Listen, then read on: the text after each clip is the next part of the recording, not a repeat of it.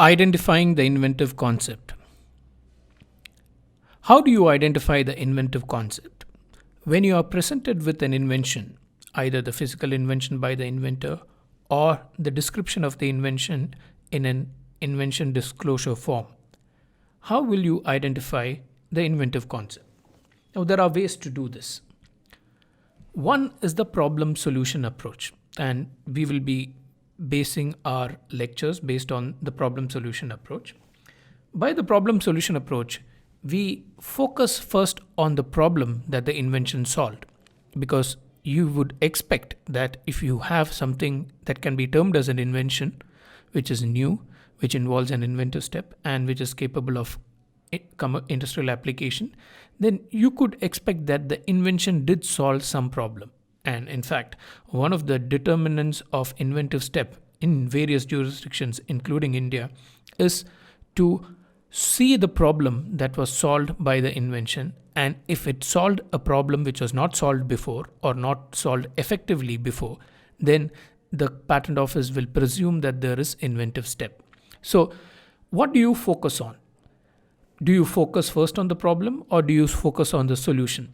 Focusing on the solution, because the invention itself is the solution to the problem, could lead you to describing the invention as its physical embodiments are. If you focus on the solution, which is the invention itself, you may end up describing the invention as its physical embodiments, its physical parts.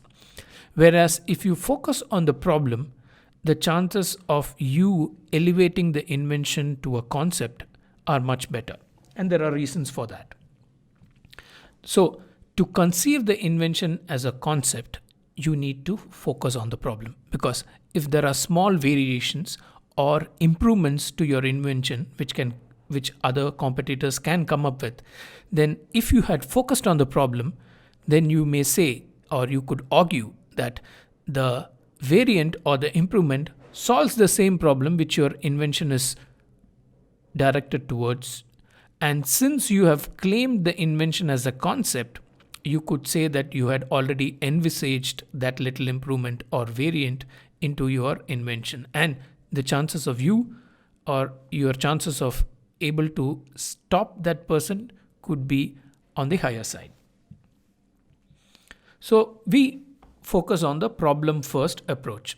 So the problem first approach makes you, or helps you to focus on the problem that the invention solved and not on the embodiment, because the embodiment is what would have been described in the IDF or would have been shown to an patent attorney.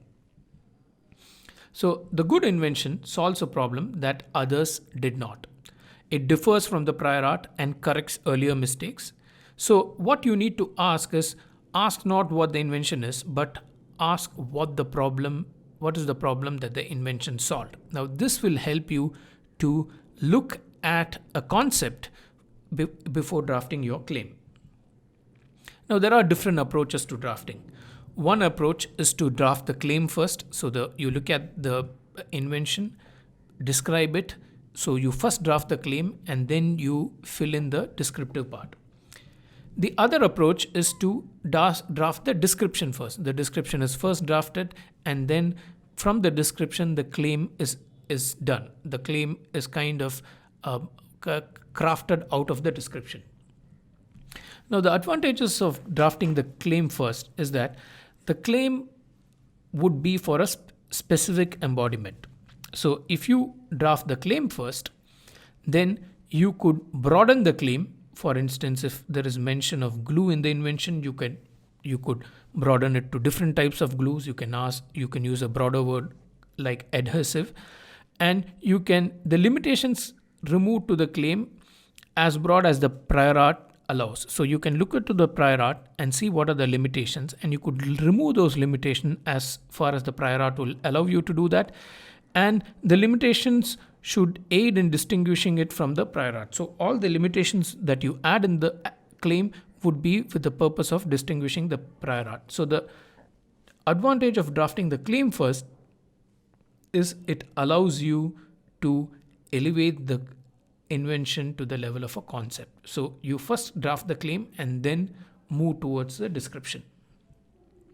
So the problem solution statement is what will be your first step to elevate the invention to the level of a concept. So you ask, what problem did the invention solve? So envisage the invention as a solution to a problem, and the problem solution approach will be to craft the first statement of the invention as a solution to a particular problem. The problem of dash was solved by the invention dash. You can fill those blanks. So let us just see, what problem did the paperclip solve? Now the paperclip solved the problem of managing papers without damaging them. Whereas if a pin or a stapler would have damaged the paper, so it solved the problem of managing papers. What problem did the pencil solve? Now it solved the problem of being able to write on hard surfaces, rough surfaces. What problem did the ballpoint pen solve?